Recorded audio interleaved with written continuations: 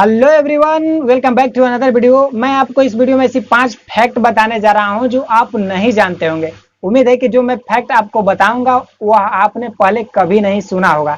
तो चलिए स्टार्ट करते हैं बिना किसी लेट के। चैनल पर नए हो तो चैनल को सब्सक्राइब कर देना। Let's start. Fact number 1, Mukesh Ambani के बारे में तो आप जानते ही होंगे। हाँ भाई, भारत के सबसे अमीर व्यक्ति हैं, उनके बारे में कौन नहीं जानता। तो इनसे रिलेटेड मैं आपको एक फैक्ट बताने जा रहा हूं जो आपने कभी सुना ही नहीं होगा। ध्यान से सुनिए। जो उनका बाहरी गेट है, मतलब जहां से बाहर की गाड़ियां आती हैं या अंदर की गाड़ियां जाती हैं, ठीक है, तो उनका जो बाहरी गेट है उस गेट के सारे एरिया पर एक सेंसर लगाया हुआ है, ठीक है, जो कंप्यूटर से कनेक्ट होता है। अगर उसके सामने कोई अंदर की गाड़ी, जैसे कि उनका खुद का पर्सनल गाड़ी आती है, तभी वह दरवाजा खुलता है। और अगर कोई बाहर की गाड़ी आना चाहे तो वह नहीं आने देता है। पहले उस गाड़ी के नंबर को स्कैन करेगा, उसके बाद उसमें देखेगा कितने आदमी हैं, और उसके बाद उस गाड़ी का वेट पता करेगा, ठीक है। उसके बाद ही आप उस गेट से अंदर आ सकते हैं। तो यह फैक्ट आपको नहीं पता होगा क्योंकि यह कुछ हटके ही है। तो बढ़ते हैं अब दूसरे फैक्ट की ओर। दोस्तों, क्या आपको पता है कि आप जो बिस्कुट खाते हैं उसमें छोटे छोटे छेद क्यों होते हैं? काफी लोग खाते हैं लेकिन इसको ऑब्जर्व नहीं करते हैं। मैं आपको बता रहा हूं कि यह छेद किस लिए किया जाता है, ठीक है। तो ध्यान से सुनिए।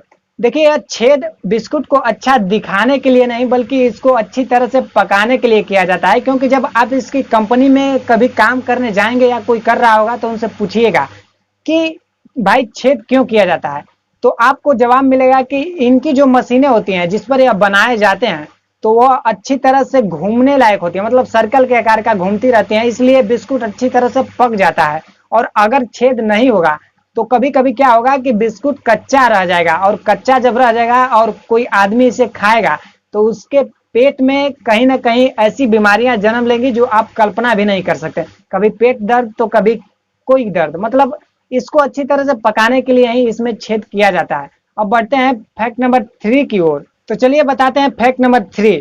ध्यान से सुनिएगा। यह जो फैक्ट है वह शायद ही आपने कभी सुना होगा या इसके बारे में जाना होगा। ध्यान से सुनिए। देखिए, आपने कभी देखा होगा कि फांसी जिसको दिया जाता है, जैसे कैदी हो गया, वह कोई जुर्म करता है, बड़ा जुर्म कर दिया तो उसको फांसी दिया जाता है, ठीक है।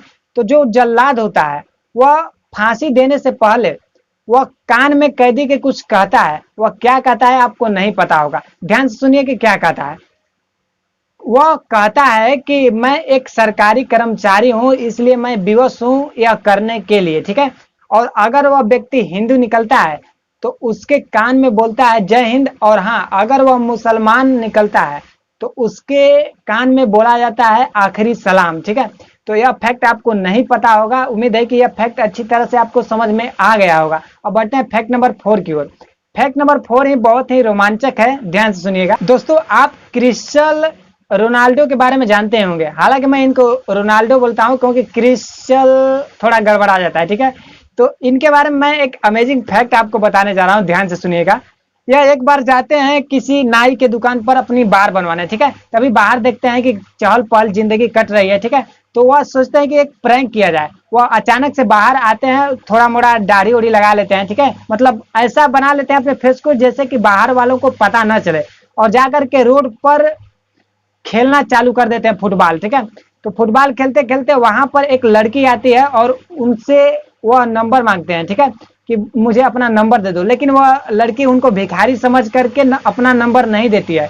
इसी तरह कुछ देर बाद खेलने के बाद एक छोटा सा लड़का आता है और हाँ, उनके साथ खेलना प्रारंभ कर देता है, जबकि वहां के आसपास के लोग कोई भी उनको पहचान नहीं पाता है। तो खेलते खेलते वह क्या करते हैं कि उस बच्चे को अपना फुटबॉल देते हैं, और हाँ, उस पर अपना फोटोग्राफ भी देते हैं और अपना फेस रिवील करते हैं। तो वहां पर आसपास बहुत भीड़ लग जाती है और लोग देख करके चकित हो जाते हैं कि यार, यह रियल में क्रिस्टियानो रोनाल्डो है। तो लोग वहां पर यह सोच के परेशान हो जाते हैं। और हाँ, जो लड़की से वह नंबर मांगे रहते हैं तो वह उस इतना घबरा जाती है और सदमा में चली जाती है कि आज सुनने में आता है कि वह इस समय भी किसी भी भिखारी को नंबर देता फिर रही है, ठीक है। अब बढ़ते हैं लास्ट फैक्ट, फैक्ट नंबर 5 की ओर। आपको जानकर हैरानी होगा कि जब कोई भी जज फांसी की सजा किसी कैदी को सुना देता है तो उसके बाद जो वह कलम लेता है, उस जो कलम से वह फांसी का सजा लिखता है, उस कलम की जो नींव होती है, मतलब जो नोक होता है, उसको तोड़ देता है। ऐसा क्यों होता है मैं आपको बता रहा हूँ।